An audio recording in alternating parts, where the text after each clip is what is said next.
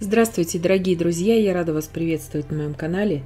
Сегодня по многочисленным просьбам я готовлю рождественский штолен.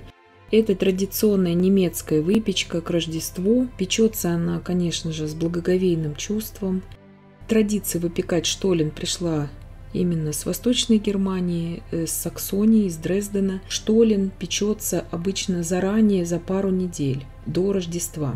Так как я уже давно живу в Германии, многие мои подписчики и зрители просят именно, чтобы я показала тот самый рецепт, наиболее приближенный к оригинальному штолена, чтобы он и получился, и чтобы он был похож по вкусу, вот как он должен быть. И выпекать я сегодня буду именно по традиционному дрезденскому рецепту. Конечно же, оригинальный рецепт штолена держится в строгом секрете, но будем выпекать именно по очень приближенному к нему рецепту. Все покажу и расскажу в данном видео. Сначала приготовим опару. Здесь у меня 200 мл теплого молока, 20 грамм дрожжей сухих, доктор Оэткер дрожжи, и 60 грамм сахара. Все это перемешиваю и просеиваю туда 150 грамм муки. Припыляю сверху полученную массу мукой, чтобы мы увидели, что опара подошла. Здесь 100 грамм миндальной муки грубого помола и 100 грамм молотого миндаля. Добавляю в миндальную муку несколько капель миндальной эссенции с запахом горького миндаля, потому что в оригинальный рецепт штолена вообще идет горький миндаль. И его можно купить в интернете, горький миндаль, но я этого не сделала, и я пеку сегодня вот таким принципом, как и все, в принципе, всегда выпекают. Вообще другие орехи в оригинальном рецепте штолена не используются. Используется, конечно, только миндаль, это уже вариации там какие-то на рецепт штолена, но вообще штолен печется всегда с миндалем. Вот так подошла опара, минут 20 она у меня стояла в теплом месте. Здесь у меня 500 грамм изюма, я его заранее вечером заливала на ночь 6 столовыми ложками рома. Вы можете также коньяк использовать, и он у меня полностью впитал в себя за ночь этот ром. Также добавляю туда 100 грамм лимонных цукатов и 100 грамм апельсиновых цукатов. Никакого чернослива, кураги, вишни сушеной, клюквы не используется в традиционном рецепте штолена. Это все на ваше усмотрение можно добавлять. Вообще на килограмм муки берется 650 грамм изюма. Я же в данном случае беру только 500 грамм изюма, потому что 650 мне уже немножко многовато. Итак, все это перемешали, отставили пока что в сторону. И теперь я буду уже замешивать тесто. 850 грамм муки, 100 грамм миндальной муки, которую мы разбавили с миндальной эссенцией с запахом горького миндаля, 100 грамм колотого миндаля. Здесь 2 щепотки соли, получается на килограмм муки 2 щепотки соли, 140 грамм сахара добавляем туда же. Все это перемешиваю сейчас. И сейчас очень важный момент, будем добавлять специи. Здесь у меня смесь специй: анис, кардамон, немножко кориандра и гвоздика. Здесь мускатный орех. И также добавляю пол чайной ложки корицы. Очень важно помнить, что штолен это не имбирный пряник. Там не должно быть именно в традиционном рецепте больше специй, чем я вам показала. То есть они должны только оттенять вкус штолена. Я ставлю уже на малый ход миксера тестомеса, размешиваю тесто. Сухие ингредиенты я ввожу 200 мл теплого молока. Также туда выкладываю всю опару сейчас в тесто.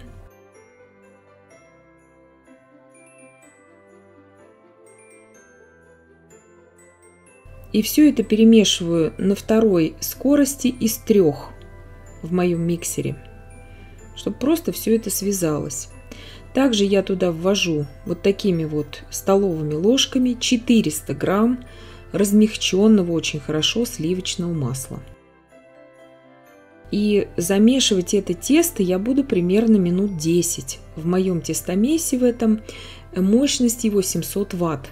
Все это можно делать также вручную, но так как есть у меня тестомес, я делаю всегда это вот именно в миксере.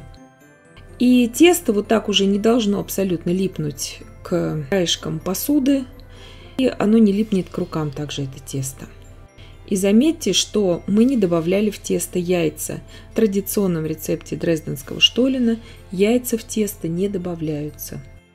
Сейчас вот на такой скорости я вымешивала, и все. Уже выключаю миксер. Тесто превосходно отстает от стенок посуды, видите, не липнет. Добавляю туда весь изюм и цедру. И также у меня просто не вошло это в кадр. На этом же этапе добавляется цедра 1 лимона.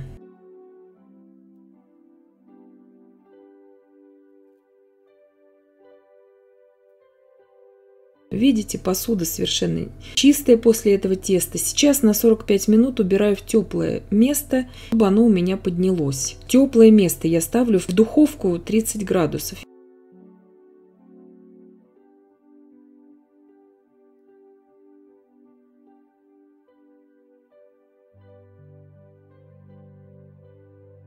Видите, тесто поднялось, 45 минут прошло у меня.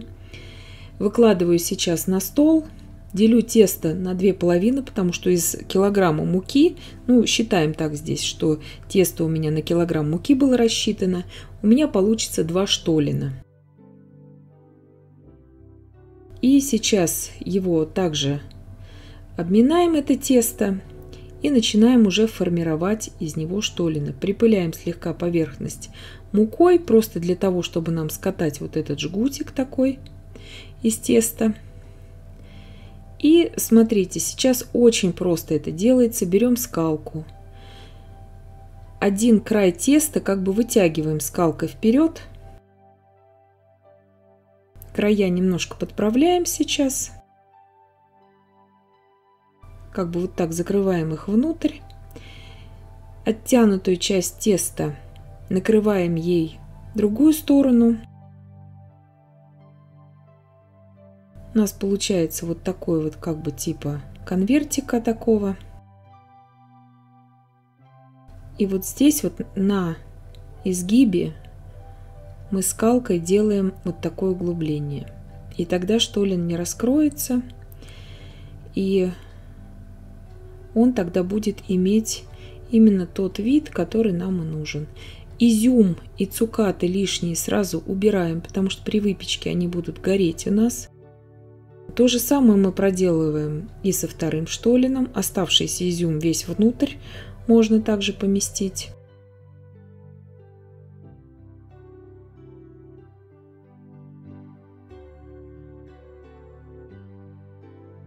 И делаем также вот такое вот углубление скалкой.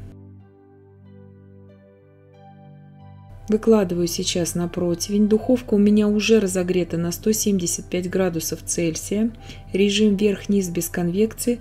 Буду выпекать 1 час. Здесь я сделала из пекарской бумаги вот такие формы одноразовые, можно так сказать, чтобы тесто не растекалось. Но оно особо никуда и не разойдется так сильно. И за 10 минут до конца выпекания я убрала эти формы, чтобы штолины у меня подрумянились. Убираю сейчас выпекаться. Прошел у меня ровно 1 час. Вот так выпеклись мои штолины. И сейчас я им даю остыть до той степени, чтобы я могла их взять в руки. И проверяю их для вас вот сейчас деревянной шпажкой. Видите, что шпажка выходит сухая и чистая. Убираем весь лишний изюм. Также убираем его со штолена, если что-то оставалось. Ждем, пока штолен остынет до той степени, чтобы мы могли взять его в руки. Здесь у меня 120 грамм растопленного сливочного масла.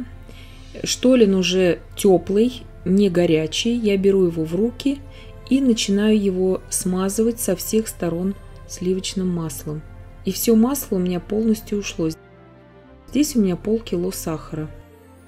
Штолен мы сначала вот так обсыпаем со всех сторон обильно сахаром.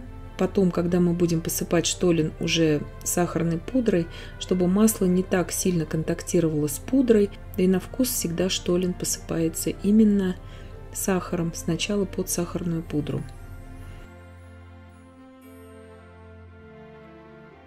Сахарной пудры у меня ушло в общей сложности 250 грамм. на все этапы посыпания. То есть и на вот сейчас первый этап, и на второй, и плюс что-то рассыпалось. Ну, плюс-минус 250 грамм уходит вот на 2 таких больших штолена.